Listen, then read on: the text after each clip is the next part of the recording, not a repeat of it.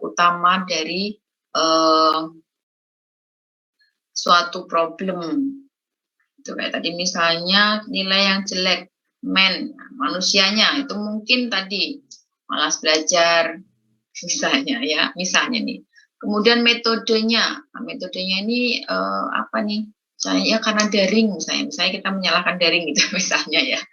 Misalnya karena daring. Kemudian mesinnya ternyata wifi atau datanya ini kurang supporting gitu ya, sehingga atau laptopnya ini sedang dalam perbaikan misalnya, sehingga dia tidak optimal menerima pembelajaran. Kemudian materialnya ini bahan baku apa ya? Kalau di pembelajaran itu bahan baku mungkin buku referensinya misalnya, referensinya kurang jelas atau kurang bagus atau apa misalnya. Jadi ini kemudian bisa tambahkan satu lagi environment ya, environment misalnya ruangan kita belajar ini terlalu panas misalnya gitu. Jadi ini adalah main cause-nya, utamanya ya, ini biasanya 5 tadi. Man, method, material, machine, and environment. Jadi ada 4M plus 1E. Kadang-kadang ditambahkan juga dengan money ya, uang gitu ya. Misalnya karena ternyata modalnya itu misalnya tidak ada dan sebagainya. Jadi bisa saja main cost-nya ini banyak ya, tapi panduannya lebih ke 5 tadi. Man, method, material, machinery, and environment. Ini untuk diagram cause effect diagram atau tulang ikan. Oh, ini sudah diberikan contoh ya. Ini contoh untuk too many defects. Ya, kita bisa melihat contohnya. Ini yang lebih detailnya, kalian lihat di sini sama kan? Man power, ini juga belum ada environment, method, material, dan mesin. Ya, ini utama, ini tulang-tulang utamanya. Masalahnya adalah dissatisfied airline, jadi pelayan konsumen yang tidak puas ya dengan pelayanan dari airline. Di sini ada anggapan dari permasalahannya, sumber masalahnya dari manusia, ya ada beberapa. Kemudian ada metodenya, kemudian dari materialnya, kemudian berikutnya adalah mesin. Nah, kalian bisa melihat di sini bahwa sumber-sumber ini kan cukup detail ya, cukup detail. Jadi kalau kita sebagai pengamat luar mungkin kurang paham, jadi perlu kita wawancara ke tenaga ahli, atau setelah itu kita perlu kembali cross check apakah betul evaluasi kita gitu ya, apakah sudah tepat gitu.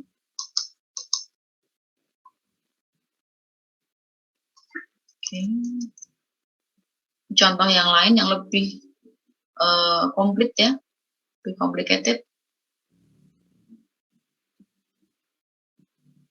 Nanti bisa dibaca kembali.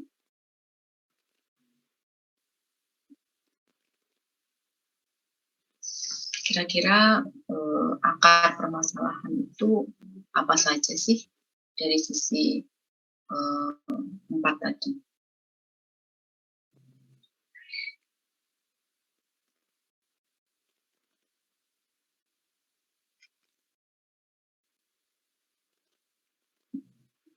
Tool yang keempat adalah scatter diagram.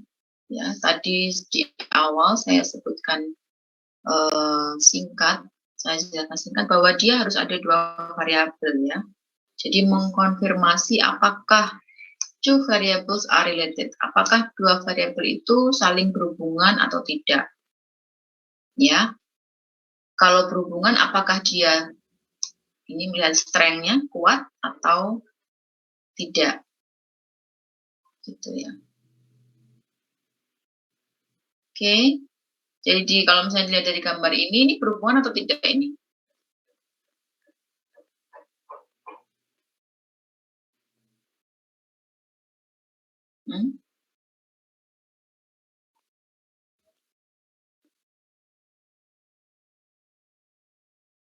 Kalau dari contoh singkat gambarnya ini, kira-kira ada hubungannya nggak?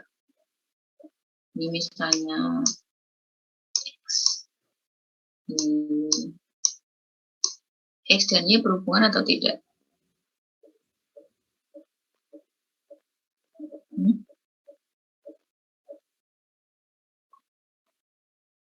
Tidak, Bu. Tidak. Kenapa tidak? Alasannya apa?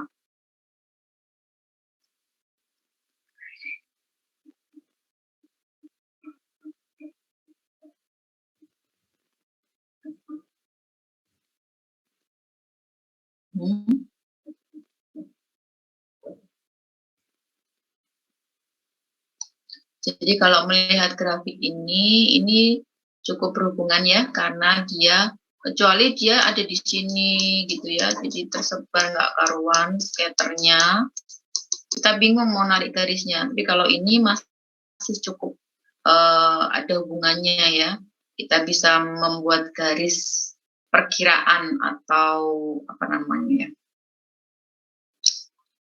ya, saya istilahkan perkiraan aja ya, garis perkiraan hubungan. Tapi kalau misalnya banyak di sini itu ya, kita susah mau narik ke sana ada ini ya kan. Tapi kalau hanya yang hitam-hitam aja ini masih kita sebut dia ada hubungannya.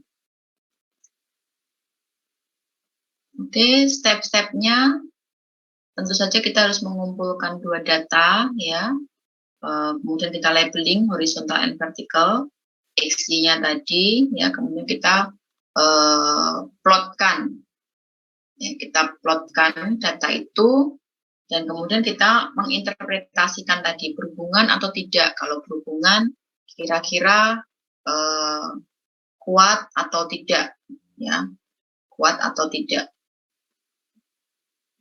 Kalau titik-titiknya itu apa namanya, kalau dibuat garis lurus pas ya berarti kuat ya dia. Jadi dia berarti setiap ini satu, sana juga satu misalnya. Atau setiap ini satu, sana dua. Jadi ada hubungan yang cukup signifikan.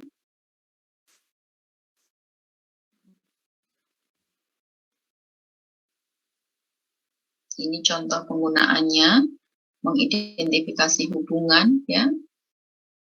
Ini contohnya adalah hubungan antara kecepatan produksi dan number of defective, jumlah dari cacatnya.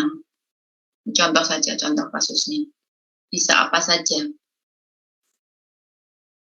Nah, berikutnya adalah check sheet. Check sheet ini juga, kalau check sheet ini cukup simpel ya, kita hanya tinggal checklist aja. Oh ya, ini ada berapa, ini seperti itu. Kita hanya melakukan tadi ya, baik menggunakan checklist. Nah, create easy to understand data. Ini tadi yang contoh di awal tadi, misalnya pada jam pertama ada defect A, itu ada berapa, jam kedua defect B, itu kita misalnya sekali defect, oh ini ada defect nih, kita centang. Ada defect lagi, kita centang lagi, gitu misalnya. Jadi kita melakukan informasi ya, mengumpulkan informasi, gitu. Tentu saja dengan pengamatan ya, kalau misalnya check sheet ini.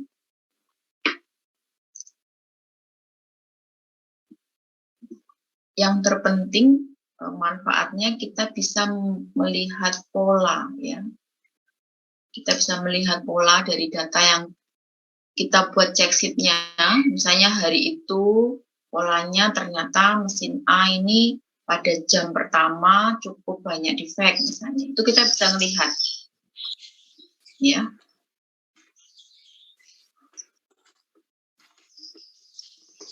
Nah, yang terakhir sebenarnya statistical process control ya, IPS sudah, control chart sudah, jadi saya yang terakhir ini adalah histogram, ya. Histogram ini seperti saya sebutkan tadi, kita sudah, bukan kita ya, anak saya kelas 6 SD ini sudah belajar histogram ya, jadi kita ada punya data, kemudian kita buat diagram batangnya gitu ya. Ini mudah sekali untuk histogram ini sudah sering kita gunakan dari kita SD ya. Ini hanya ternyata dia juga bisa memberikan informasi ya. Ini cara-caranya kita harus tahu jumlahnya, kemudian rata-rata dan range-nya ya, range maksimal minimalnya. Karena kita nanti akan buat diagram batangnya kan pasti berdasarkan range itu, titik terendah, titik tertingginya berapa. Kemudian kita bagi kan, ada berapa batang yang akan kita bikin. Misalnya range-nya adalah berapa? 100 sampai 10 ya, atau sampai 0. Berarti ada 100. Range-nya 100. Kita mau bikin berapa batang? Mau bikin 10, berarti 10, atau kita mau bikin 5 saja, berarti 20, gitu.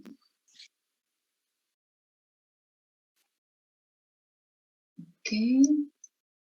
Dan yang terakhir adalah SPC. Ini sudah saya jelaskan. Bedanya SPC dan run chart apa ya? Ini ada run chart dan juga ini ada control chart. Bedanya apa? Masih ada yang masih ingat? Control chart dan run chart. Peta kendali dan run chart. Apa bedanya? Ini sama, bentuknya sama, cara mengisinya juga sama, tapi dia beda. Apa bedanya?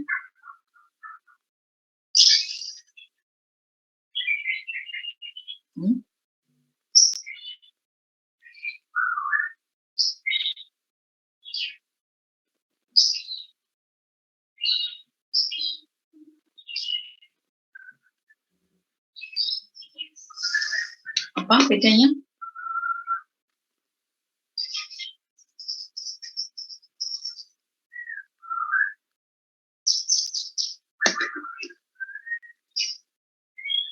Kalian lihat kalau di run chart itu nggak ada batasnya ya, ya nggak? Kalau di control chart itu kita punya lower control limit dan juga upper control limit. Kita punya batasannya.